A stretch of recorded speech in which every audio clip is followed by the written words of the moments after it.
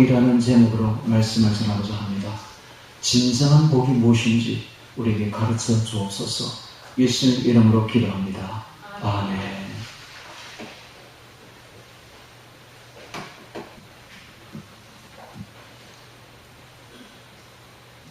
신명기서 28장을 통해서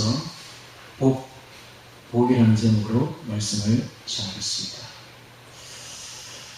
우리 한국 민족은, 우리나라 민족은 복을 대단히 좋아해서 얼마나 복을 좋아하느냐 하면 숟가락에도 복이 쓰여 있고, 이불에도 복이 쓰여 있고, 지붕에도 복이 쓰여 있고, 모든 것에 복이 쓰여 있습니다. 얼마나 복을 그만 봐도 복을 좋아하는 민족인지 알만하죠. 참 좋은 일입니다. 복은 좋은 것입니다. 그 진정한 복이 무엇인지를 알 수만 있다면 정말 좋은 것이죠. 예수님도 산상수훈에서 제일 처음에 하시는 말이 복입니다. 복. 팔복을 이야기하죠. 심령이 강한 자는 복이 있나니. 오늘 우리는 복을 받아야 될 줄로 믿습니다. 복된 사람들이 되기를 바랍니다. 제가 이번에 강변을 걷다가 기도를 했는데 그 기도시를 한번 먼저 부끄럽지만은 낭독해 드리겠습니다. 제목이 복입니다. 복. 생명의 씨로 거듭난 자는 복이 있으며 그 속에 생명의 씨를 배태한 자는 복이 있도다. 말씀이신 그리스도, 살아있고 항상 있는 말씀 속에 잠겨있는 자는 복이 있는 자로다. 말씀의 씨, 생명의 씨가 없는 자는 헛되고 헛될 뿐, 생명의 씨 그리스도가 성령으로 그 안에 있는 자야말로 가장 복된 자로다. 근거된 성경 구절은 시편 1편입니다. 복 있는 사람은 악인의 길을 쫓지 아니하며 주인의 길에 서지 아니하며 오만한 자리에 앉지 아니하고 오직 여호와의 율법을 즐거워하여 그 율법을 주야로 묵상하는 자로다. 그다음 베드로전서 1장 23절입니다. 너희가 거듭난 것이 썩어질 씨로 된 것이 아니요 썩지 아니할 씨로 된 것이니 하나님의 살아있고 항상 있는 말씀으로 되었느니라. 오늘 우리가 거듭난 것이 썩어질 씨로 된 것이 아니라 썩지 아니할 씨로 된 것이니 하나님의 그 씨가 무엇이냐? 하나님의 살아있고 항상 있는 말씀이다 라고 말합니다. 오늘 하나님의 말씀이 내 안에 씨처럼 들어온 사람은 복이 있는 사람입니다. 복이 들어온 거예요. 복이 들어왔습니다. 그 말씀이 단순히 말씀만 들어온 것이 아니라 성령으로 들어온 거예요. 성령은 곧 그리스도입니다. 그리스도는 곧 말씀입니다. 그래서 말씀이신 예수님이 성령으로 내 안에 들어온 사람은 복이 있는 사람이다 라고 말씀하시는 것입니다. 여러분, 이 세상에는 수많은 사람들이 살고 있습니다만은 전부 다 헛개비와 같습니다. 왜? 그 속에 씨가 없기 때문에. 씨가 없는 사람은 반드시 멸망으로 들어갑니다. 100% 지옥으로 들어갑니다. 그런데 그 속에 씨가 있는 사람은 참으로 복 있는 사람이에요. 참으로 복 있는 그 사람이에요. 오늘 우리 속에 씨가 있는 사람은 참으로 복 있는 사람입니다. 그래서 시편 1편에도 둔 이유가 있습니다. 제일 시편 150편 중에서 제일 첫머리에 둔 이유, 복이 있는 그 사람이에요. 원어가 그렇게 있습니다. 복이 있는 그 사람이에요. 말씀을 주야로 묵상하는 사람, 그 사람이 바로 복이 있도다 라고 말해요. 그래서 진정한 복이 무엇인가를 성경이 지금 말씀해주고 있는데, 결론을 말하면 진정한 복은 현세적이고 물질적인 복이 아닙니다, 여러분. 네, 우리는 지금 잘못 알아가지고 복하면은 그냥 돈, 현실적인 현금, 부동산, 이게 복인 줄 아는데 그것은 마치 아침 이슬과 같습니다. 아침 안개와 같고 풀잎에 맺힌 아침 이슬과 같습니다. 해가 쬐면 다 사라져버린 아침 이슬과 같습니다. 여러분 아침 이슬 많이 보았죠? 저는 요즘에 새벽에도 한 번씩 강가를 가기 때문에 강가가 왜 그렇게 좋은지 몰라. 그래서 새벽에도 가고 저녁에도 가고 이건 강가가 너무 좋아요. 아침에 새벽에 해 뜨기 전에 아침에 붉은 아침 노을이 아니고 붉새라 그러는데 아침에 그 아름다운 구름을 보면서 강가를 거닐면요 너무 아름다운데 뭐가 아름다운가? 풀잎에 맺힌 이슬 그렇게 아름다워 그렇게 영롱할 수가 없어요. 그걸 가지고 또 시도 한 번 짓고 하기도 하는데 그 풀잎에 맺힌 잎을 보석처럼 영롱하지만 햇빛이 비치는 그냥 사라져버립니다. 세상의 모든 부귀 영화가 다 그와 같습니다. 진정한 복은 그럼 무엇이냐? 진정한 복은 우리가 생각하는 현실적이고 아주 물질적인 그런 복이 아니라 하나님과의 관계입니다. 관계. 예수님과의 관계. 즉 예수님 그 자체가 복입니다. 예수님이 내 안에 들어오면 내가 복을 받을 사람. 그래서 바울은 이렇게 말합니다. 고린도전서 2장 2절에 내가 너희 중에서 예수 그리스도와 그의 십자가에 못 박히신 것 외에는 아무것도 알지 아니하기로 작정하였습니다. 바울이 예수 그리스도와 그의 십자가에 못 박히신 것 외에는 아무것도 알지 아니하기로 작정했다고 말하고 있으며 그는 자신의 모든 지식을 배설물로 여기는 것은 예수 그리스도를 아는 지식이 가장 고상함을 아니라 예수님을 아는 지식이 가장 고상해서 다른 모든 지식을 다 배설물로 여긴다 라고 말을 할 정도였습니다. 그는 오직 예수, 오직 그리스도만 거기 가슴에 있고 다른 모든 것도 다 배설물로 여겨버리는 그런 사람이었습니다. 오늘 그것을 오늘날 말로 해석하면 어떻게 됩니까? 세상 문화, 세상 지식 지금 홍수처럼 일어나죠. 홍수처럼. 스마트폰에서 홍수처럼 전부 다 박사들이고 전부 다 지식인들이고 그거 배설물입니다. 하나도 쓸모. 그것은 우리에게 생명을 주지 못합니다. 그래서 배설물로 다 얘기합니다. 저도 이번 주에 그 사실을 깨닫고 예수님께 이렇게 기도했어요. 예수님, 제 이제 유튜브, 인터넷에 안 보겠습니다. 너무 안 볼 수는 없으니까 이 세상 돌아가는 걸 알았어요. 금요일 저녁에만 딱 보겠습니다. 금요일 저녁에 딱 보고 뉴스 제목만 보고 어떻게 돌아가는지 세상을 알아야 되니까 나머지는 안 보겠습니다. 여러분 보는 거 주의해야 돼요. 듣는 거 주의해야 돼요. 지금 애국의 문화가 세상 문화가 너무 극심하게 우리를 미혹하고 있습니다. 해서 할 수만 있으면 복 있는 자라도 그 생명의 씨가 배트된 자라도 타락시켜서 더럽게 해서 천국으로 올라가지 못하도록 우리 발목을 잡는 물귀신 작전을 지금 펴고 있습니다. 그래서 주의하셔야 돼요. 정치 너무 관심 가지면 안 됩니다. 적당히 해야지. 정치가 우리 천국 보내줄 것도 아니고 적당히 하셔야지. 어차피 하나님의 계획은 하나님의 디자인은 안 되게 되어 있습니다. 모든 세계 전체가 안 되는 쪽으로 지금 간다고. 멸망으로 가고 있다고. 아무리 우리나라가 잘 되려고 노력하고 발버둥쳐도 안 되도록 되어 있는 것이 예수님 디자인입니다. 그러니까 안 되게 되어 있어요. 정치 안 되게 되어 있어요. 어쩌면 이재명 같은 인간이 될 수도 있다고, 대통령이. 될 수 있어요. 어떻게 이런 일이 있을 수 있습니다. 예수님 디자인입니다. 성경을 보십시오. 멸망으로 가고 있지 않습니까? 우리는 이런 초유의 사건 앞에 서 있습니다. 전 세계가 락다운이 되고 전 세계 교회가 문을 닫습니다. 태국도 마찬가지. 이번 태국 선교사 이야기 들어보니까 태국도 문 다 교회 다 닫았어요. 어떻게 이런 일이 갑자기 있을 수 있습니까? 이런 일이 일어난 거예요, 사실은. 그리고 이것은 끝이 없습니다. 결코 옛날로 돌아가지 못합니다. 그럼 이건 무엇입니까? 이건 바로 종말입니다. 종말. 지금 우리는 종말의 급박하게 흐르는 종말의 물결 위에 탄 거였어요. 그러면 이제는 세상에서 잘 될 것이다, 옛날로 돌아갈 것이다는 환상을 지금 버려야 됩니다. 이제는 종말 시대로 급박하게 내려가고 있는 거예요. 지금은 우리가 뭘 붙잡아야 되는 거? 오직 예수, 오직 생명의 씨 되시는 예수님만 지금 붙들어야지 다른 걸 지금 붙들어서는 안 됩니다. 희망을 버리시기 바랍니다. 세상에서 잘 될 희망은 전혀 없습니다. 이제는 절망으로 내려가고 있는 중이에요. 이게 성경입니다. 이게 말씀이고 이게 예수님의 디자인입니다. 그래서 저도 우리나라에 대해서 별로 희망을 가지지 않습니다. 우리나라가 정치적으로 잘 될 것이라는 희망 저는 가지지 않습니다. 오히려 그 반대입니다. 안 되고 부서지고 깨어질 것이다.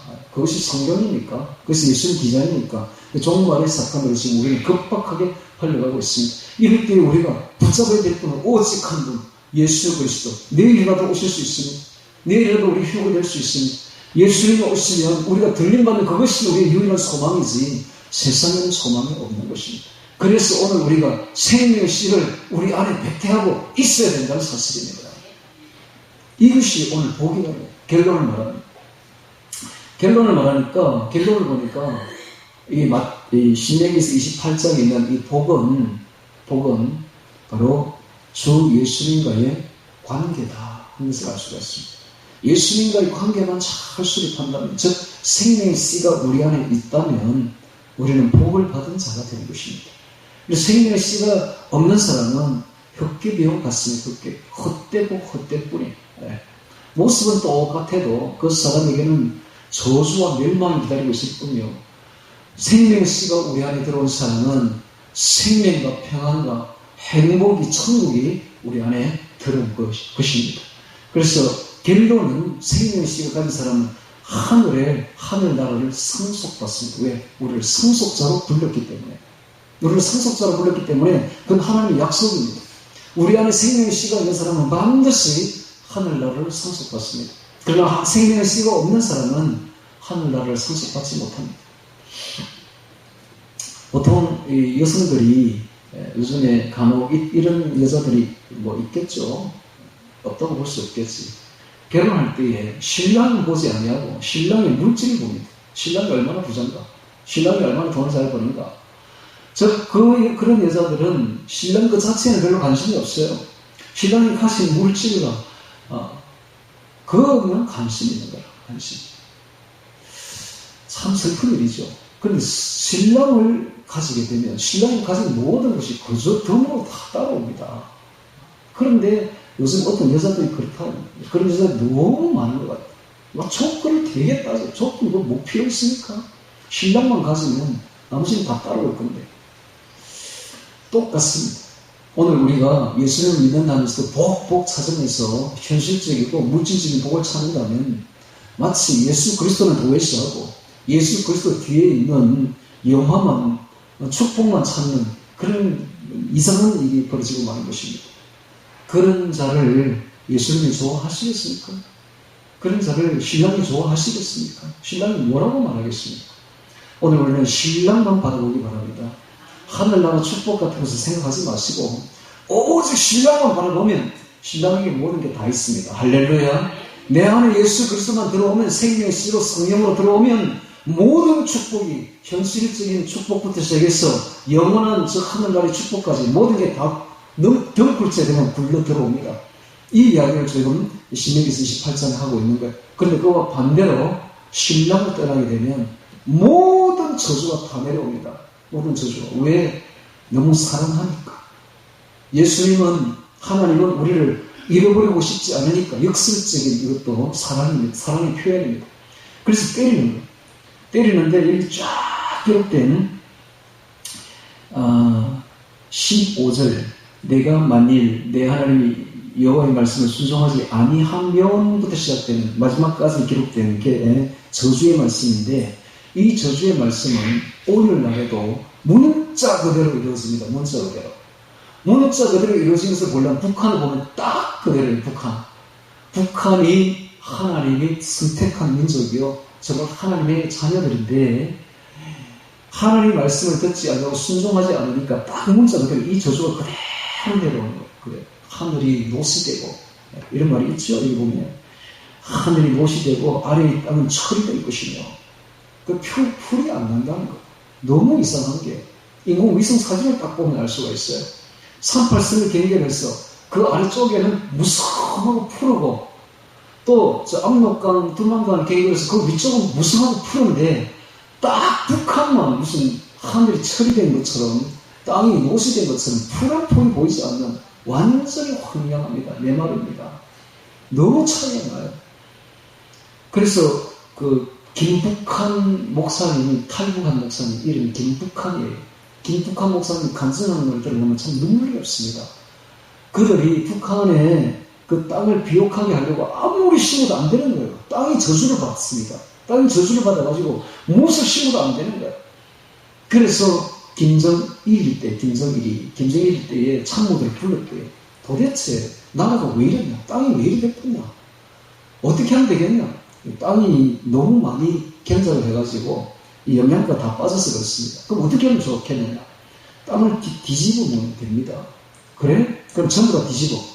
그래가지고 전 국민을 동원을 시켜가지고, 특히 학생들을 동원을 시켜가지고 땅을 1m를 다 손으로 그때 사물까지 파가지고 다 뒤집었대요. 싹 다 뒤집었대요. 뒤집고 걸음도 주고 이렇게 했는데 그렇게 해서 비가 안 오니까 아무리 뒤집어도 이 씨가 안 나더래요.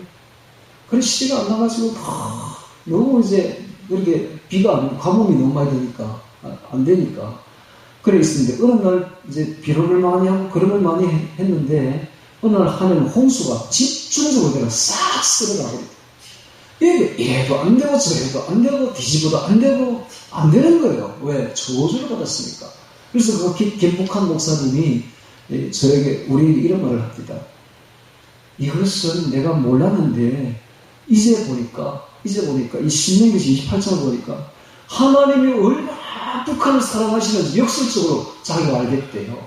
하나님이 사랑하는 백성이 아니라고 이런 거 안 하는데 징계 안 내리는데 이렇게 해서라도 주님께로 돌아오기를 원하시는 하나님의 그 역설적인 사랑을 자기가 체험하겠다. 그런 말을 합니다. 그렇습니다. 여기 보이는 이 저주는 단순히 저주가 아니라 하나님 매를 치는 거예요. 매를 쳐서라도 돌아오라는 겁니다. 돌아오라는 겁니다. 하나님의 역설적인 사랑이에요. 이런 저주가 지금 북한에 그대로 문자 그대로 내려왔어요. 자, 한번 15절부터 같이 보면서 먼저 저주를 한번 보도록 하겠습니다. 15절 봅니다. 내가 만일 내 하나님 여호와의 말씀을 순종하지 아니하여 내가 오늘 너에게 명하는 그 모든 명령과 규례를 지켜 행하지 아니하면 이 모든 저주가 너에게 임하고 너에게 미칠 것이니 첫 번째 내가 성읍에서도 저주를 받으면 들에서도 저주를 받을 것이요 불순종하는 자에게는 저주가 사람을 따라다닙니다. 들에 와도 저주, 성읍에 가도 저주. 또 내 광주리는 과일 바구니를 말합니다. 떡반죽 그릇은 이건 우리나라에서는 잘 볼 수 없는 그릇인데 이거야말로 밀을 주식으로 하고 빵을 주식으로 하는 이스라엘 민족에 있어서는 일용할 양식의 생산 바로 기초가 되는 그릇이 바로 떡반죽 그릇이죠. 떡반죽 그릇에서부터 모든 일용할 양식이 나옵니다. 그러니까 이 떡반죽 그릇이 저주를 받을 것이요 내 모든 소생과 자녀가 저주를 받는다. 내 모든 토지의 소산과 내 우양의 새끼가 저주를 받을 것이며 내가 들어와도 저주를 받고 나가도 저주를 받으리라. 먹을 게 없다는 거예요. 지금 북한이 딱 그래요 지금. 자 20절에 내가 악을 행하여 그를 잊음으로 내 손을 하는 모든 일에 여호와께서 저주와 공고와 견책을 내리사 공고는 대혼란과 두려움을 말합니다. 지금 북한은 딱 그래요. 대혼란과 두려움밖에 없어요. 그 나라가 망하사 속히 파멸케 하실 것이며 여호와께서 내 몸에 연병이 들게 하사 내가 들어가 얻을 땅에서 필경들을 멸하실 것이며 지금 북한에는 온갖 병들, 전염병들이 창궐합니다. 그런데 그 병을 고칠 약도 없는 거예요. 이게. 북한이 딱 그래요 지금. 22절에 여호와께서 폐병과 열병과 상함과 학절과 한재와 풍재와 썩는 재앙으로 너를 멸시리니 이 재앙들이 너를 따라서 너를 진멸케 할 것이다. 그러니까는 북한이 온갖 질병과 그 다음에 한재와 풍재와 썩는 재앙으로 완전히 고통당해서 먹을 게 없는 나라가 그 나라입니다. 지금 23절에 내 하늘 위의 하늘은 내 머리 위의 하늘은 노시 되고 내 아래의 땅은 철이 될 것이며 그러니까 불순종하는 자들에게는 이 토지가 완전히 저주를 받습니다. 땅이 저주를 받습니다. 그래서 무엇을 해도 안 되게 되어 있어요. 여호와께서 비 대신에 티끌과 모래를 내 땅에 내리시리니 그것들이 하늘에서 내 위에 내려서 필경 너를 멸하리라. 여호와께서 너로 내 대적 앞에서 패하게 하시리니 자 전쟁을 해도 패배를 한다는 거예요. 전쟁을 해도. 지금 북한이 핵무기 만들어 놓고 큰 소리 치서 그렇지 실제 전쟁이 일어나면 하루도 안 가서 저 초토화 내버립니다. 초토화. 우리나라하고 미국 도와줄 필요도 없어요. 우리나라 전쟁 물자만 가지고 그냥 가서 커부어도 하루만 하면 그냥 초토화 돼버립니다. 저 아무것도 없어요. 핵무기밖에 없어 솔직히. 아무것도 없어요. 핵무기도 지금 현대 기술로 뜨자마자 바로 격추시킵니다. 미사일. 그 정도로 발달돼 있어 우리나라. 그런데 저기는 아무것도 없어요. 아무것도 없으니까 핵무기 하나 만들어가지고 큰 소리만 치고 있는 거지. 실제 전쟁이 일어나면 목이 쓸어가지고 아무것도 움직이지 못합니다. 실제 지금은 기름이 없어가지고 물자를 움직일 수도 없어요. 전쟁은 경제력으로 돈으로 하는 겁니다. 돈이 없으니 무슨 전쟁을 하겠어요. 전쟁이 일어나면 바로 패배지요, 패배. 그래서 자, 하나님을 떠난 자에게는 전쟁을 하면 패배한다. 너로 내 대적 앞에서 패하게 하시리니 내가 한 길로 그들을 치러 나갔으면 그들의 앞에서 7길로 도망할 것이며, 또 내가 이제 한 길로 갔다가 여기서는 이제 일사불란하게 정렬을 해서 갔는데 패전을 하면 뿔뿔이 흩어지는 것을 7길로 도망한다. 이렇게 표현하고 있습니다.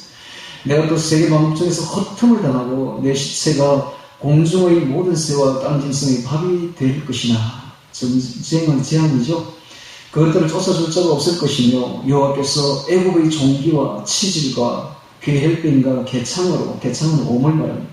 너를 치시려니 내가 치료함을 얻지 못할 것이며, 지금 북한에서는 이 병원 시설이 너무 허약해가지고 수술을 해도 마취제도 없어요. 그냥 째요. 사람을 그냥 잽니다. 마취제도 없어. 병이 나도 어디 약도 없고 병원도 없어요. 내가 치료함을 얻지 못할 것이며 여호와께서 너를 미침과 눈먼과 경심증으로 치시니, 경심증은 심장이 허약해서 경풍을 앓는 걸 말합니다. 저 가슴이 늘 두근두근 불안하고, 왜 이랬습니까? 이것은 근본적으로 하나님이 생명의 씨가 그 속에 있지 않는 사람은 근본적으로 영원한 멸망으로 들어간다는 것을 자기 심령이 알고 있습니다. 영원히 알고 있어요. 부지 중에 다 알고 있어요. 그러니까 늘 불안한 거예요. 늘 불안한 거예요. 일이 안 터져도 늘 불안해. 늘 벌벌벌 떨고 있습니다. 이게 바로 하나님을 떠난 자의 현실입니다. 그러나 주 안에 있는 자들은 항상 평안하고 안정되어 있죠. 어떤 일이 터져도 전혀 그 일과는 상관없이 늘 마음이 평안하고 안정되어 있어요. 왜? 우리가 죽음은 하나의 영혼의 세계, 생명의 세계에 들어가는 관문에 불과하니까, 우리가 죽으면 바울처럼 내가 죽는 것이 더 유익하다. 내가 사는 것도 유익하지만 죽는 것이 더 유익하다.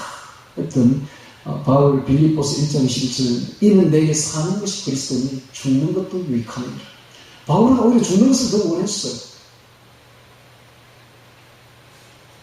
이번에 우리 한국에 별이 하나 떨어졌지요. 조영기 목사님. 저는 조영기 목사님 참 존경했습니다. 왜냐하면 처음부터 우리 누나가 여기도 순공교회 다녔고, 제가 성령을 받자 누나가 많은 책과 테이프를 보내주어가지고, 제가 조영기 목사님 책과 테이프를 들으면서 신앙이 많이 성장되었기 때문에, 그래서 처음으로 내게 신앙을 많이 성장시켜준 분이 조영기 목사님이니까 그분을 진짜 존경했어요. 그런데 이번에 죽는 모습을 이야기를 듣고 너무 실망했어요. 죽지 않기 위해서 그렇게 발버둥을 치고, 아니 그게 신앙의 모습이 전혀 아니잖아요. 바울처럼 돼야지. 내게 사는 것이 그리스도니 내가 죽는 것도 유익합니다. 바울은 죽기를 원했어요. 빨리 하늘나라 가기를 갈망했어요. 그분은 내가 빨리 하늘나라 가고 싶다 라고 갈망한 분이 바울이 그런 모습을 보여줘야 후대에게 좀 교훈이 되지 않겠습니까? 오늘 우리는 죽음 앞에서 벌벌 뜨는 그런 불신론적인 모습을 보이지 맙시다. 죽음이 오면 오히려 더 반가워하고, 죽음이 어서 오더라. 내가 이제는 이 죽음의 관문을 통과하면 영원한 생명의 세계가, 하나님의 나라가 내 앞에 펼쳐질 것이다 하는 마음으로 담대히 받아들여야 되는 거 아닙니까? 우리 이미 죽은 사람들 아닙니까? 지금 사는 게 그냥 덤으로 사는 거 아닙니까? 저는 그렇게 생각합니다. 나는 이미 그리스도와 함께 죽었고, 나의 생각이 이미 없고, 내가 지금 하루하루 사는 것이 덤으로 사는 것이니 감사할 수밖에. 나 오늘 죽어도 전혀 유한이 없습니다. 왜? 이미 죽었는데. 하루하루 사는 것이 덤이요 축복일 수밖에 없는 것입니다. 자, 다시 또 성경을 보도록 하겠습니다. 자, 26절 봅니다. 내 시체가 공중의 모든 새와 땅 짐승의 밥이 될 것이나 그것들을 쫓아줄 자가 없을 것이며, 여호와께서 애굽의 종기와 치질과 괴병과 개창으로 그를 치시되 내가 치료함을 얻지 못할 것이며, 여호와께서 또 너를 미침과 눈먼증과 갱신증으로 치시리니 소경이 얻은 데서 더듬는 것과 같이 내가 백주에도 더듬고 내 길이 형통치 못하여 항상 압제와 노력을 당할 뿐이니 너를 구원할 자가 없을 것이며, 내가 여자와 약혼하였으나 다른 사람이 그와 같이 잘 것이며 집을 건축하였으나 거기 거하지 못할 것이요 포도원을 심었으나 내가 그 과실을 쓰지 못할 것이며 참 비참하다. 그래서 하나님을 떠난 자의 삶은 비참하기 짝이 없습니다. 비참합니다. 가난과 핍절과 낭비와 비참과 심적으로는 어둠과 슬픔과 좌절과 절망 속에 빠진 것이 하나님을 떠난 자의 삶이요 마음 심적 상태인 것입니다. 31절에 내 소를 내 목전에서 잡았으나 내가 먹지 못할 것이며 내 나귀를 내 목전에서 빼앗아감을 당하여도 도로 찾지 못할 것이며 내 양은 대적에게 빼앗길 것이나 너를 도와줄 자가 없을 것이며 내 자녀를 다른 민족에게 빼앗기고 종일 생각하고 알아봄으로 눈이 새하여지나 내 손에 능이 없을 것이며 내 토지 소산과 내 수고로 얻은 것을 내가 알지 못하는 민족이 묻겠고 너는 항상 압제와 학대를 받을 뿐이리니 이러므로 내 눈에 보이는 일로 인하여 내가 미치리라. 여호와께서 내 무릎과 다리를 쳐서 고치지 못할 심한 종기로 발하게 하여 발바닥으로 정수리까지 이르게 하시리라. 이 모든 것이 문자 그대로 지금 북한에 임하고 있는 상황입니다. 36절 여호와께서 너와 내가 세울 내 임금을 너와 내 결조가 알지 못하는 나라로 끌어가시리니 내가 거기서 목석을 만든 다른 신들을 섬길 것이며 대적들의 비방거리가 됩니다. 실제로 이스라엘 백성들이 아수르와 바벨론의 우상들을 섬겼더니 그 바벨론과 아수르의 포로로 잡혀갔어요. 그들이 그렇게 섬겼던 그 우상나라에서 극심한 종이 되는 그런 불운을 맞이하게 됩니다. 우상이 자기들이 섬겼던 그 우상이 훗날 철천지 원수요 대적자가 될 줄 꿈에도 알지 못한 채 그들이 우상을 섬기다가 우상나라에 가서 이렇게 종으로 살게 되는 불운을 받게 된 것이죠. 다른 신들을 섬길 것이며 여호와께서 너를 끌어가시는 모든 민족 중에서 내가 놀램과 속담과 비방거리가 될 것이라. 내가 많은 종자를 들에 심을지라도 실제 지금 북한이 어떻게 되어 있습니까? 북한이 정말 전 세계에 지금 흩어져 있는데 북한 사람들이 늘 다른 나라에서 비방거리가 됩니다. 비방거리가 되고 속담거리가 되고 막 그렇습니다. 자, 38절에 내가 많은 종자를 들에 심을지라도 메뚜기가 먹음으로 거둘 것이 적을 것이며 곤충의 피해로 자라고 거두게 하지도 못하는 것입니다. 자라고 거두게 하실 분은 오직 하나님이심을 분명히 보여주고 있는 것입니다. 내가 포도원을 심고 다스릴지라도 벌레가 먹음으로 포도를 따지 못하고 포도주를 마시지 못할 것이며 내 모든 곁리에 감람나무가 있을지라도 그 열매가 떨어짐으로 그 기름을 내 몸에 바르지 못할 것이며 내가 자녀를 낳을지라도 그들이 포로가 되므로 내게 잊지 못할 것이며 내 모든 나무와 토지 소산은 메뚜기가 먹을 것이며 너의 중에 오가는 이방인은 점점 높아져서 내게 뛰어나고 너는 점점 낮아질 것이며 하나님을 떠난 자에게는 점점 꼬리가 됩니다. 머리가 되지 못합니다. 점점 남의 꼬리가 되는 것입니다. 그는 너에게 꾸어줄지라도 너는 그에게 꾸어주지 못하리니 그는 머리가 되고 너는 꼬리가 될 것이라. 내가 내 하나님 여호와의 말씀을 순종치 아니하고 너에게 명하신 그 명령과 규례를 지키지 아니하므로 이 모든 저주가 너에게 임하고 너를 따르고 너에게 미쳐서 필경 너를 멸하리니 이 모든 저주가 너와 내 자손에게 영원히 있어서 표적과 관계가 되리라. 내가 모든 것이 풍족하여도 기쁨과 즐거운 마음으로 내 하나님 여호와를 섬기지 아니함을 인하여 내가 줄이고 목마르고 헐벗고 모든 것이 핍정한 중에서 여호와께서 보내서 너를 치게하실 대적을 섬기게 될 것이니 그가 철멍에를 너의 목에 메워서 필경 너를 멸할 것이라. 이방 민족의 침략과 파괴가 있을 것이다. 그런데 그 이방 민족이 보통 포악하고 악독한 민족이 아니라는 사실입니다. 실제로 이스라엘 민족한 아수르는 세계에서 가장 포악하고 가장 잔인한 민족이었고 바벨론도 마찬가지였습니다. 얼마나 잔인한지 포로들을 끌어가서 산채로 눕혀놓고 그 위에다 말뚝을 박아서 죽이는 그런 잔인한 짓을 했고 눈을 빼기도 하고 막 이랬다. 그래서 세계에서 가장 잔인한 민족이 바로 아수르였는데 그 아수르의 포로로 잡혀갈 것이다. 자, 49절. 곧 여호와께서 원방에서 한 끝에서 한 민족을 독수리의 나름같이 그를 치러 오게 하시리니 이는 내가 그 언어를 알지 못하는 민족이요 그 용모가 흉악한 민족이라 성품이 잔인하고 포악한 바벨론 족속이 찾아올 것이다.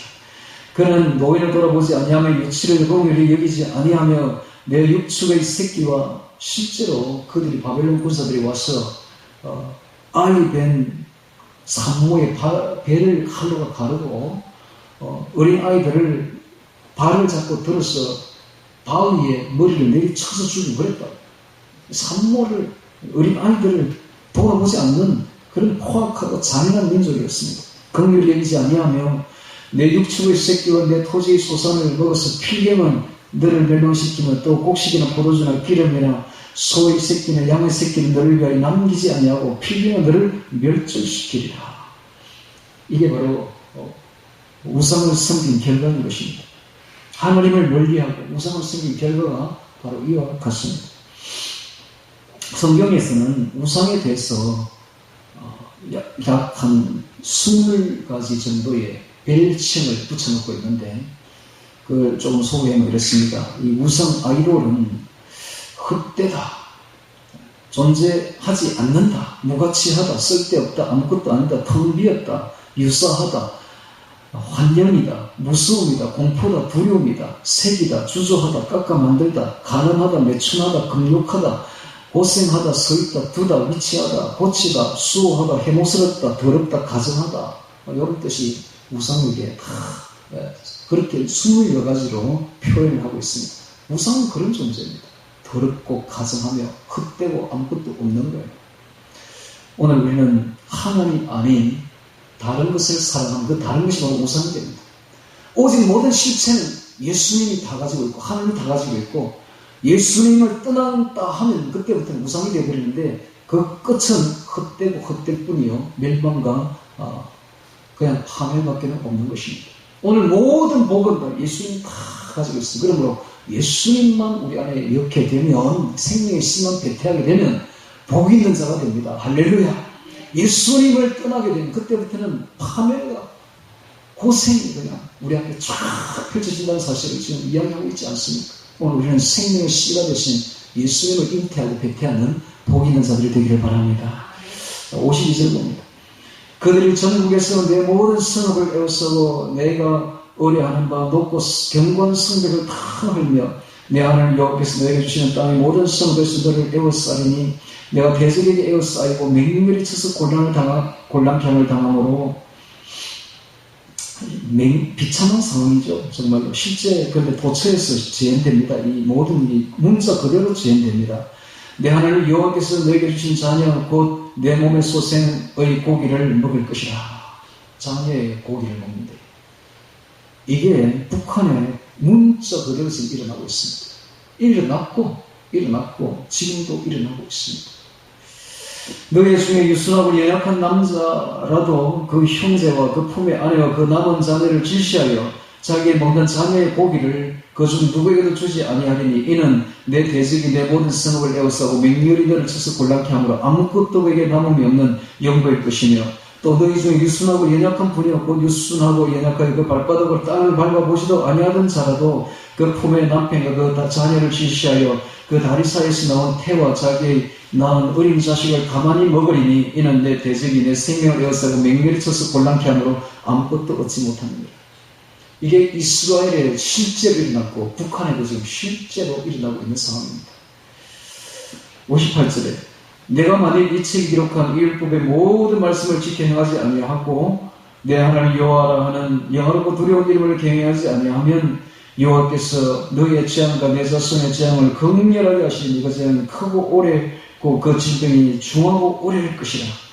지금 북한이 이런 재앙을 받은 지가 70년이에요. 70년. 중하고 오랫동안 갑니다.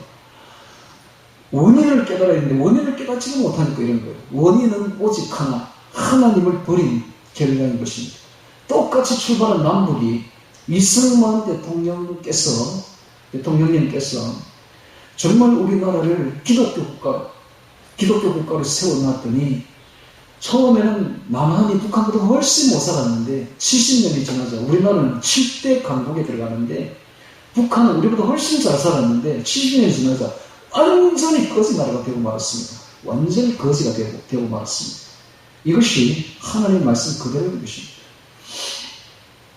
60절에 여호와께서 내가 두려워하던 애굽의 모든 질병을 너에게로 가져다가 내 몸에 들어붙게 하실 것이며, 질병을 하나님이 들어부어버리겠다.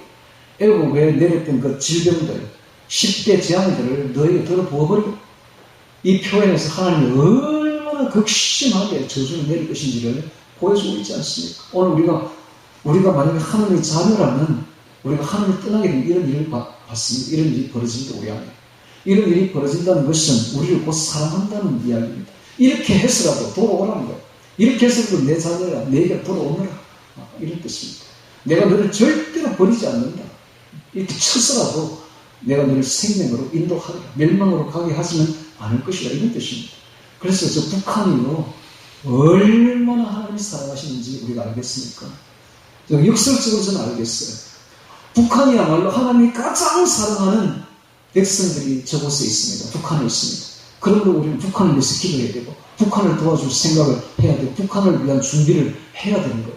그래서 우리 교회가 지금 준비를 하고 있는 거예요. 우리 교회의 모든 준비는 북한을 위한 겁니다. 우리가 지금 출판을 이제 하게 될 건데, 이 출판도 다 사실은 북한에 보낼 책들. 우리는 하나님이 얼마나 북한을 사랑하는지 알아야 됩니다. 저렇게 치시는 걸 보면 알 수 있잖아요. 저렇게 치시는 거 보면. 어느 민족이 하나님을 떠났다고 이렇게 치시는 민족이 어디 있습니까? 북한밖에 없어요. 북한은 세계에서 가장 하나님을 사랑하는 사람들이 거기 있는 거지. 그래서 우리는 북한을 위해서 기도해야 되고, 북한을 문이 열리면, 복음의 문이 열리는 책자를 보내서라도, 여러분, 우리가 북한에 가서 설교를 한다면 얼마나 하겠어요? 한계가 있는 거예요. 하루에 1시간밖에 못 하잖아요. 사람이. 이게 뭐 힘이 딸렸어요. 근데 책을 주면 단시간 안에 성경 모든 걸 가르쳐 줄 수 있는 거예요. 저것은 스무나 교회입니다. 빌라델비아 교회가 스무나 교회를 도와야 돼요. 스무나 교회는 예수님이 가장 사랑하는 제1반열에 오를 사람들인데 순교자들이죠. 그런데 그들이 부족한 것이 성경 지식. 그러니까 성경 지식을 충만하게 채워줄 교회는 빌라델비아 교회입니다. 바로 오늘 남한의 교회들이죠. 그래서 오늘 우리는 빌라델비아 교회의 사명을 감당해야 됩니다. 저분들이 제 스무나 교회에 성경 지식을 줘야 돼요. 그 주는 가장 효과적인 방법이 책인 거예요. 책은 단시간 안에 성경 지식을 습득할 수 있도록 되는 것이 바로 책이 아닙니까? 그래서 우리가 지금 준비하고 있는 것이죠. 그 재앙이 크고 오래며 60절에 그 질병이 중하고 오릴 것이라. 여호와께서 내가 두려워하던 애굽의 모든 질병을 너에게로 가져다 내 몸에 더럽게 하실 것이며, 또 이 율법책에 기록되지 아니한 모든 질병과 모든 재앙을 너희 멸망하기까지 여호와께서 너에게 내실 것이니, 너희가 하늘에 별같이 많았을지라도 내 하나님 여호와의 말씀을 순종치 아니함으로 남은 자가 얼마 되지 못할 것이라. 이왕에 여호와께서 너희에게 선을 행하시고 너희를 번성케 하시기를 기뻐하시던 것 같이 이제는 여호와께서 너희를 망하게 하시며 멸하시기를 기뻐하시리니. 자, 이게 하나님이 회개시키기를 원하시는 하나님의 안타까운 심정이 역설적으로 들어가 있다는 것을 우리가 발견할 수 있어야 됩니다.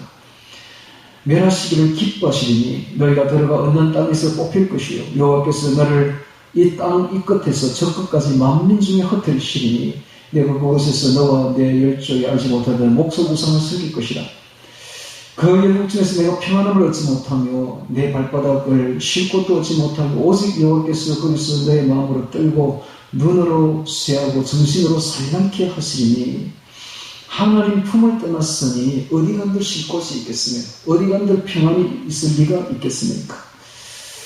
자, 하나님과 함께하는 그 사람이 어디를 가든지 모두 천국이요, 매 순간순간이 기쁨이요 즐거움이 된다는 사실입니다. 자, 66절에 내 생명이 어신나는 곳에 달릴 것 같아서 주야로 두려워하며 내 생명을 확신할 수 없을 것이라. 주야로 두려워합니다. 그렇습니다. 하나님을 떠난 자는 항상 두려워하며 항상 공포에 질려 있습니다. 왜? 앞으로 죽으면 지옥에 들어갈 것을 그의 영혼이 아는 것입니다. 그래서 떨림과 공포가 언제나 그의 얼굴을 덮고 있다는 사실입니다. 67절에 내 마음의 두려움과 눈에 보는 것으로 인하여 아침에는 이르기를 저녁이 되었으면 좋겠다 할 것이요 저녁에는 이르기를 아침이 되었으면 좋겠다 하리라. 여호와께서 너를 배에 실으시고 전에 너에게 고하여 이르시기를 내가 다시는 그 길을 보지 아니하리라 하시더니 그 길로 너를 애굽으로 끌어가실 것이라. 거기서 너희가 너희 몸을 대적에게 노비로 팔려 하나 너희를 살짝 없으려 노예로도 쓸모없을 정도로 비천하게 될 것이다. 노예조차도 쓸모없다. 그 정도로 비천하게 될 것이다. 라고 말하고 있습니다. 이것이 하나님을 떠난 자의, 즉 생명의 씨를 배태하지 못한 자의 저주스러운 삶입니다. 그런데 이것이 실제로 북한에 문자 그대로 지금 일어나고 있다는 사실이요. 이스라엘에 문자 그대로 일어났던 사실입니다. 자, 이제 반대로 생명의 씨, 하나님의 말씀, 성령을, 예수님을 내 가슴 속에 배태한 사람, 생명의 씨를 잉태한 사람의 그 복이 어떤 것인지를 보도록 하겠습니다. 28절에 1절 봅니다.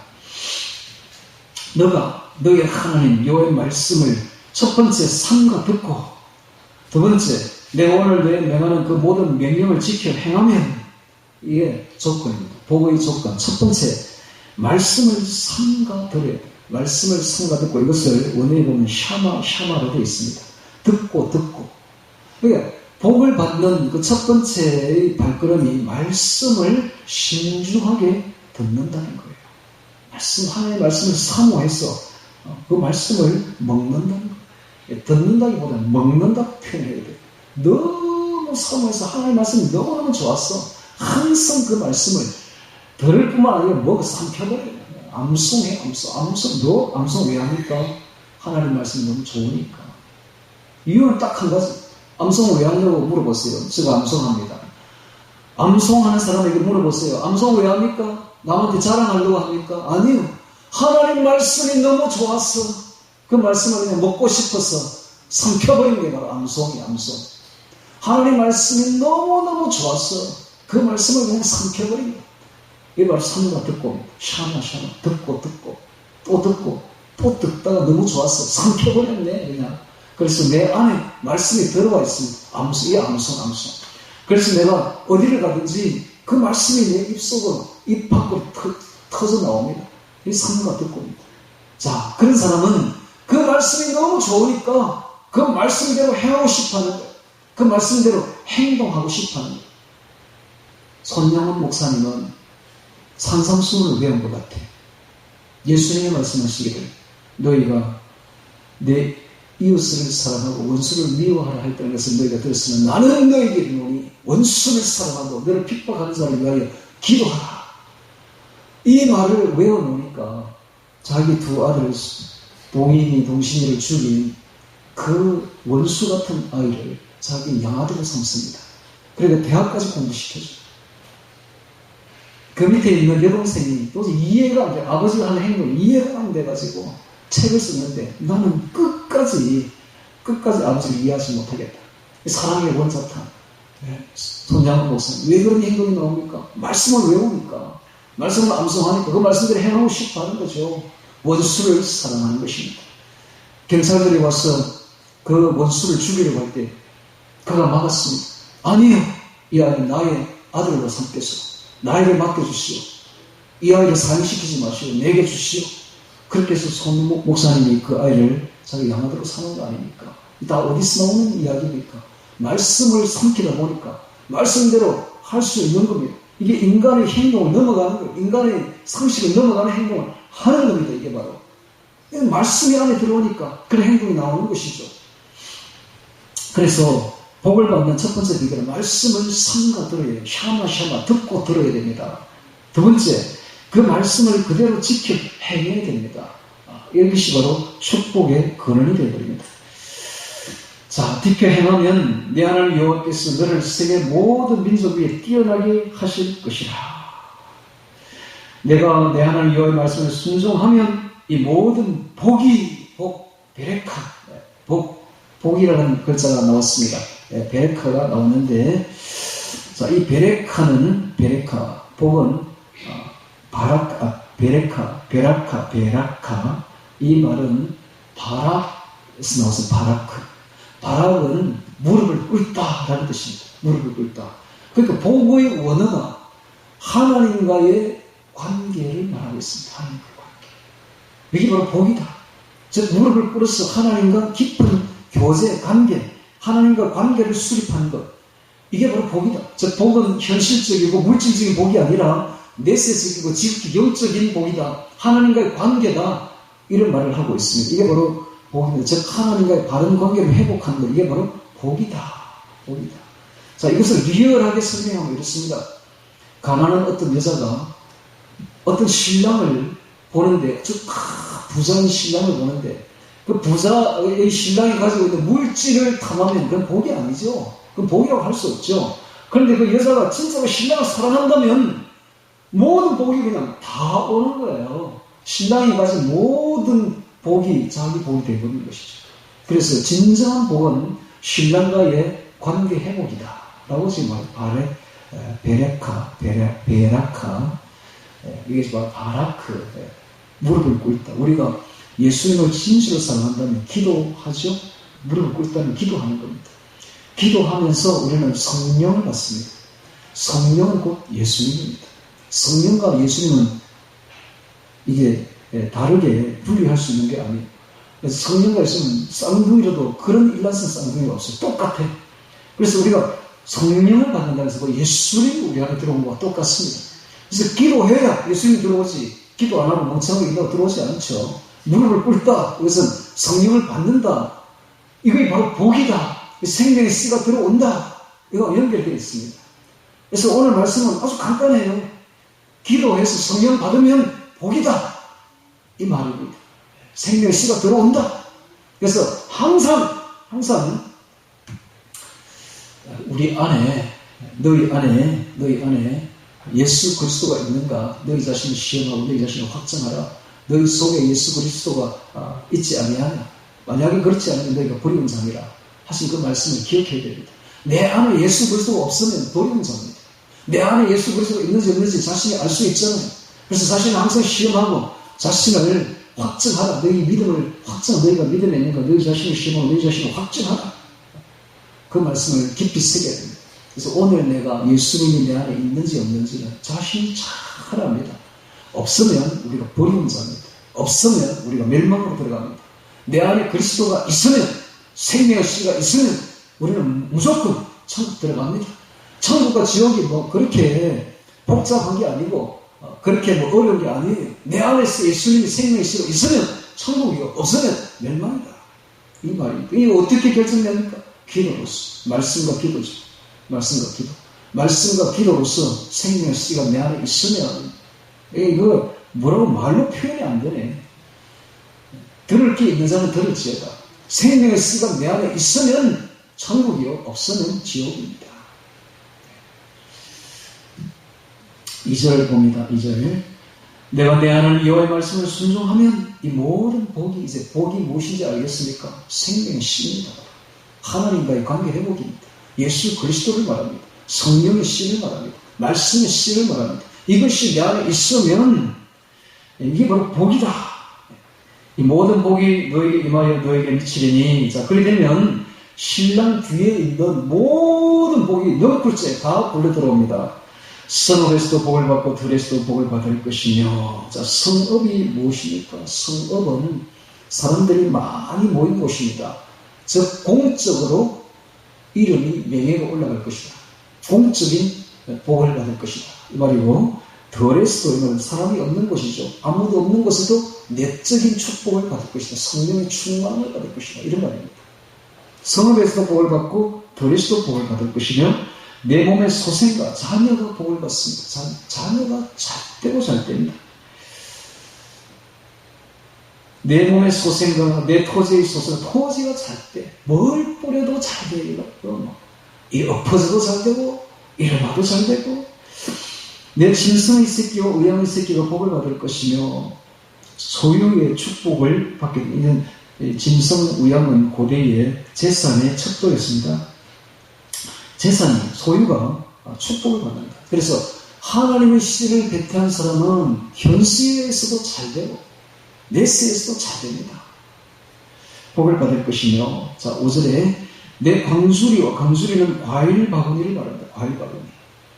그 다음에 떡반죽 그릇은 그 빵을 굽기 위한 떡반죽입니다. 그래서 일용할 양식이 일어나는 그 기본적인 그릇이 바로 떡반죽 그릇. 일용할 양식이 많다는 거예요.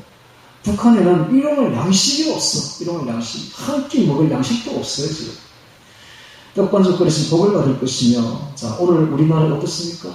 우리나라 너무 많이 먹어 탈이야, 이게. 너무 많이 먹어. 그래서 지금 다이어트 한다고 난리는 우리나라. 북한은 먹을 것이 없어서 죽을 지경인데, 우리나라는 다이어트 한다고 온 천지가 난리가 났습니다. 살이 너무 쪄가지고, 너무 많이 먹어가지고. 이렇게 복을 받습니다. 떡반죽 그릇이 복을 받을 것이며, 내가 들어와도 복을 받고 나가도 복을 받을 것이며, 들어와도 나가도의 표현이 성문을 말합니다. 성문 출입. 자, 이 성문은 고대에서 어떤 의미를 가지고 있는지를 보도록 하겠습니다. 자, 여기서 갈피를 띄우고 창세기 22장 17절 봅니다. 이게 이제 오늘의 주제문이 됩니다. 창세기 22장 17절.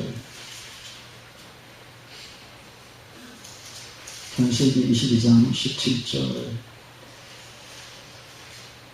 하나님께서 아브라함에게 복을 주시는데, 자, 이삭을 제단에 바쳐드리려고 했더니, 하나님 그 아름다운 그 헌신의 행동을 보시고, 여호와의 사자 예수님께서 아브라함 불러서 지금 축복을 하고 있는 장면인데, 이같이 행하여 내 아들 내 독자를 아끼지 아니하여 선조. 자, 17절. 내가 너에게 큰 복을 주는데 너희의 씨로, 씨가 나왔습니다. 씨. 자, 오늘의 바로 핵심 단어가 씨 아닙니까? 생명의 씨. 너희의 씨로 크게 성하여 하늘의 별과 같고 바닷가의 모래와 같게 하리니 내 씨가 그 대적의 문을 얻으리라. 또 내 씨로 말미암아 천하 만민이 복을 얻으리니 이는 내가 나의 말을 준행하였음이라 하셨다 하니라. 되어 있는데, 여기 이 내 씨는 문맥을 보면 자손을 말하는데, 갈라디아서 보면 이 씨를 자손들이라 하지 아니하고 자손이라 하는 것은 예수 그리스도를 말씀하신 것이다 라고 풀이를 하고 있습니다. 여기 씨가 뭡니까? 예수 그리스도. 이 예수 그리스도가 바로 씨인데, 바로 생명의 씨죠. 아브라함에게 준 축복입니다. 이게 바로 복입니다. 이게 내가 너에게 큰 복을 주고 내 씨로 이렇게 함으로써 복이 곧 씨인데, 그 씨가 바로 예수 그리스도다라고 말하고 있는 것입니다. 그래서 대적의 문을 얻으리라 라고 말했습니다. 대적의 문을. 대적의 성문을 얻는다는 말은 전쟁에서 승리한다는 말이죠. 즉, 씨가 오면, 예수님이 오면 대적의 성문을 얻는다. 즉, 대적의 머리를 깨뜨린다는 말입니다. 그래서 예수님이 오시면 대적의 문을 얻는데 원수가 패배할 것이다. 그래서 실제로 예수님께서는 십자가에서 마귀를 깨뜨리시고 뱀의 머리를 깨뜨리셨습니다. 그래서 결정타를 준 것이죠. 결정적으로 이겨버린 것입니다. 그래서 예수님 이후로 예수님을 믿는 성도는 무조건 하고 사탄 마귀를 이기게 되어 있습니다. 그렇게 되어 있는 거예요. 그래서 우리가 사탄 마귀를 향해서 명령하면 명령대로 움직이게 되어 있는 거예요. 나가는 거예요. 예수 이름으로 명하면 나가. 왜 졌습니까? 이미 졌다고 패배했다고. 그러니까 아무런 힘이 없어, 우리한테는. 아무런 힘을 발휘할 수가 없는 거예요. 우리는 예수 안에 있으면 반드시 이기고 또 이기는 것입니다. 자, 이것이 들어가고 나가고 성문에서의 결정적인 승리가 바로 예수님이 우리를 이기게 하신 것입니다. 자, 다시 신명기 28장으로 넘어오셔서, 자, 그런데 이걸 확대 해석하면 어떻게 됩니까? 들어가고 나가고를 확대 해석하면 태어나고 죽는 거로 볼 수가 있습니다. 태어나고 죽는. 그러니까 태어나도 복이고 그리스도인은 죽어도 복이라. 아까도 이야기했죠. 빌립보서 1장 21절. 바울이 이는 내게 사는 것이 그리스도니 죽는 것도 유익함이라. 바울의 신앙은 그랬습니다. 오늘 우리도 똑같이 그래야 됩니다. 죽기 싫으니까 발버둥 치지 말고 죽으면 어서 오라. 죽는 것도 유익함이니라. 요즘도 대야 신앙이라고 할 수 있지 않습니까? 네. 죽을 때 웃으면서 죽어야 되지 않습니까? 발버둥 칠 겁니까? 저는 웃으면서 죽을 것 같은데. 우리 어머니가 웃으면서 죽던데. 우리 어머니 죽은 시체의 모습을 보니까 그렇게 아름다울 수가 없어. 처녀 때보다 더 아름다워. 와, 하나님. 그게 바로 그리스도인의 얼굴 아닙니까? 오늘 우리는 들어가도 나가고, 들어가도 복을 받고, 나가도 복을 받는다는 이 말을, 우리가 죽으면 우리가 영원의 세계로 들어가는 관문에 불과합니다. 할렐루야. 그러니까 얼마나 축복의 문이니까. 영원의 하나님 세계로 들어가는 관문인데, 죽음을 환영하고 받아들여야 됩니다. 죽음이 어서 오라, 내게로 오라. 근데 우리는 죽음을 맛보지 않는 세대가 된 것 같아요. 딱 보니까 지금 내가 보니까 얼마 안 남았어. 이미 시작됐어, 정말. 이 팬데믹, 세계적인 팬데믹은 끝이 안 납니다. 그리고 이 팬데믹은 아무것도 아니고, 이들은 거짓, 저 그리스도를 다니엘스에서 뭐라고 표현하고 있냐면, 그는 괴휼, 엄장, 이런 말을 표현하고 있습니다. 괴휼, 속이다. 전 세계를 지금 속였어, 완전히. 야, 이런 속임수를 어떻게, 야, 하나님 허락하지 않는 이런 속임수가 없는데, 속여가지고, 코로나 사실 별거 아니거든요. 2주만 격리되어 있으면 바로 나와버립니다. 근데 이걸 엄청나게 공포를 조장해가지고, 결론은 뭐냐, 백신을 맞춰야 합니다. 백신을 맞춰야 하는 거예요. 그게 바로 그들의 목적이야, 백신. 백신을 딱 맞게 되면, 딱 맞는 순간부터 안에 코로나 단백질이 생깁니다. 이 코로나 단백질이 1년을 돌아다닙니다. 1년을 돌아다니면서 계속 중요 장기를 다 파괴시켜요. 그래서 한 번 딱 맞으면 돌이킬 수가 없어요. 그래서 그때부터는 죽음으로 들어갑니다. 이 사실을 의사들이 그렇게 경고해도 절대 뉴스 나오지 않습니다. 완전히 속인 거예요. 그래서 계속 이걸 맞도록 지금 부채질하고 있는 게 이 정부입니다. 우리 세계 정부예요. 이야. 그리고 유전자 변형이 일어납니다. 노아 시대와 똑같습니다. 노아 시대 왜 하나님이 물로서 심판했습니까? 유전자 변형이 일어났으니까 심판할 수밖에 없었죠. 똑같습니다, 지금. 그래서 내가 이걸 보면서, 이거는 마지막 때 사건이구나. 이제는 우리는 주님의 휴거, 재림을 기다려야 되겠구나. 그래서 매일매일 생명의 시간을 들태하고, 매일매일 자기가 믿음이 있는가 자기 자신을 시험하고 확증해야 됩니다. 오늘 내가 믿음이 있지 않냐면, 내가 어떻게 될지 몰라요. 그래서 오늘 우리는 매일매일 기도처럼 나가서 기도하면서 주님과 동행해야 되는 것입니다. 지금 우리가 급박한 시대에 서 있다는 걸 알아야 됩니다. 이런 이야기를 하지 않는 목사는 전부 사기꾼들이, 싹군 목사들이. 이거 정확하게 지금 시대를 이야기해 줘야 돼. 저녁에 날이 붉으면 내일은 날이 좋겠다. 천기는 분별하면서 너희가 시대를 분별하지 못하느냐. 지금 이 시대가 어떤 시대인지를 분별할 줄 알아요. 분별의 영을 가져야 됩니다. 어찌됐든 지금은 이거 하나님이 허락하지 않으면 이런 일이 벌어지지 않습니다. 하나님이 허락하지 않으면 전 세계 교회가 어떻게 문을 닫았겠습니까? 하나님이 허락하지 않으면 어떻게 전 세계를 이렇게 속일 수가 있겠습니까? 백신 한 번 맞은 사람은 두 번 맞지 마세요. 자꾸 맞을수록 계속 죽음으로 들어갑니다. 절대적으로. 몰라서 맞았다면 할 수 없는 거고. 지금이라도 2차, 3차 자꾸 이제 들어올 건데 접종이 절대 맞으면 안 됩니다.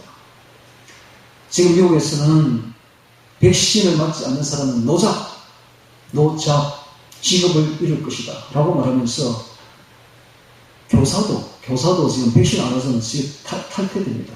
학교에서. 그래서 우리 그리스도인들은 앞으로 이 백신을 맞지 않으려면 직업을 잃을 각오를 해야 됩니다. 그래서 지금 준비에 들어가야 돼. 먹을 것을 쌓아놔야 돼. 나중에 먹을 것이 없어서 숲에도 못 가요, 이제 앞으로. 그런 시대가 반드시 올 겁니다. 그러니까 그걸 아시고 지금 완전히 종말 때 마지막 때 자기 생명을 위해서 준비를 해야 될 단계가 지금 온 겁니다. 우리 교회는 이미 준비 다 했어. 내가 이 시대가 올 거를 10년 전에 벌써 알았어. 그래서 준비 다 10년 전에 다 해놨어. 다 해놨고 미국에 가면 준비 다 많이 해놨습니다. 펄페아 조기를 해가지고. 그래서 미국의 30% 교인들은 절대로 백신 안 맞는다고 선언을 했습니다. 그래서 아무리 얀센 이렇게 화이자 모더나 이렇게 쌓아놔도 백신을 안 맞는 거야, 이 사람들은. 나 절대로 안 맞는다. 직업이 떨어져도 안 맞는다, 우리는. 다 아는 거죠. 근데 우리나라 기독교인들은 너무 무지한 거. 너무 이런 데 너무 무지하고 이런 데 눈을 뜨지 못하고 있는 겁니다. 자, 다시 성경으로 넘어오셔서 죄송합니다. 제가 얼굴을 내다보니까 그런 말까지 했는데, 자, 여기 보니까 다시 성경으로 넘어옵니다. 성문까지 이야기했죠. 들어가도 복을 받고 나가도 복을 받을 것이다.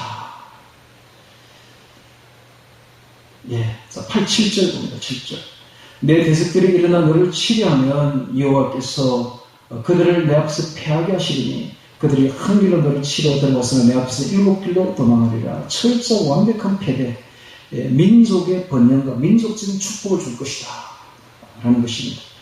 지금 우리나라에 지금 대선이 내년에 3월에 이제 있게 되는데, 이 대선이 우리나라의 운명을 현망을 가릴 것으로 저는 봅니다. 지금 완전히 마지막 때니까 만약에 좌파가 집권하면 우리나라는 끝입니다. 완전히 이제 끝나는 거예요. 그런데 황교안 씨 같은 이런 분들이 만약에 집권을 딱 하게 되면 마지막 때에 한 번 빛을 비추는 그런 시대가 열릴 수도 있습니다. 그래서 내년 대선이 굉장히 지금 초미의 관심사입니다. 어찌됐든 우리가 하나님은 우리나라를 어떻게 쓰실지는 미지수입니다. 8절에 봅니다. 여호와께서 맹하사 내 창고와 내 손으로 하는 모든 일에 복을 내리시고 내 하나님 여호와께서 내게 주시는 땅에서 내게 복을 주실 것이며 내가 내 하나님 여호와의 명령을 지켜 그 길로 행하면 여호와께서 내게 명시하신 대로 너를 세워 자기의 성민이 되게 하시리니 너를 여호와의 이름으로 일컫는 세계 만민이 보고 너를 두려워하리라. 지금 세계가 우리나라를 담고 싶어서 안달이 나는 걸 여러분 아십니까? 세계의 많은 나라들이 우리나라 언어를 배우려고 지금 안달이 났어요. 우리나라가 완전히 세계 성민이 된 거예요. 하나님 기독교 국가가 되었더니 이런 결과가 벌어지는 거예요. 자, 11절에 여호와께서 너에게 주리라고 내 열조에게 맹세하신 땅에서 너에게 복을 주사 내 몸의 소생과 육축의 새끼와 토지의 소산으로 많게 하시며 여호와께서 너를 위하여 하늘의 아름다운 보고를 열으사 내 땅에 때를 따라 비를 내리시고 내 손으로 하는 모든 일에 복을 주시리니 내가 많은 민족에게 꾸어줄지라도 너는 꾸지 아니할 것이요 여호와께서 너로 머리가 되고 꼬리가 되지 않게 하시며 위에만 있고 아래에 있지 않게 하시리니 오직 너는 내가 오늘날 너에게 명하는 내 하나님 여호와의 명령을 듣고 지켜 행하며 내가 오늘 너에게 명하는 그 말씀을 따라 좌우나 우로나 치우치지 아니하고 다른 신을 따라 섬기지 아니하면 이와 같으리라 하고 복을 내렸었습니다. 그렇습니다. 복은 곧 우리 주 예수님이십니다. 구약의 이름으로 말하면 여호와죠. 여호와 예수 그리스도 우리 하나님이 곧 우리의 복입니다. 시편 18편 1절에 나의 힘이 되신 여호와여 내가 주를 사랑하나이다. 요한계시록 5장 12절 큰 음성으로 가로되 죽음을 당하신 어린 양이 능력과 부와 지혜와 힘과 존귀와 영광과 찬송을 받으시기에 합당하시도다. 천사들이 예수님을 노래하기를 능력과 부와, 자 예수님 뒤에 뭐가 있는지 보십시오. 능력과 부와 지혜와 힘과 존귀와 영광과 찬송이 우리 주님 뒤에 있습니다. 주님만 우리 안에 넣게 되면 모든 능력과 부와 힘과 지혜와 존귀와 영광과 찬송이 우리를 따라오는 것입니다. 할렐루야. 그러니까 능력과 부 따라가지 말고 힘과 존귀 따라가지 말고 예수님만 내 안에 넣게 되면, 예수님은 성령으로 내 안에 씨로 배태하게 되면 복 있는 자가 될 줄로 믿습니다. 예수님을 늘 성령 충만하여 성령으로 예수님을 씨로 내 안에 배태하여 복을 받는 복이 진정 복 있는 사람이 되기를 주의 이름으로 축원합니다. 다 같이 오늘 말씀 복 기억하며 기도드리겠습니다.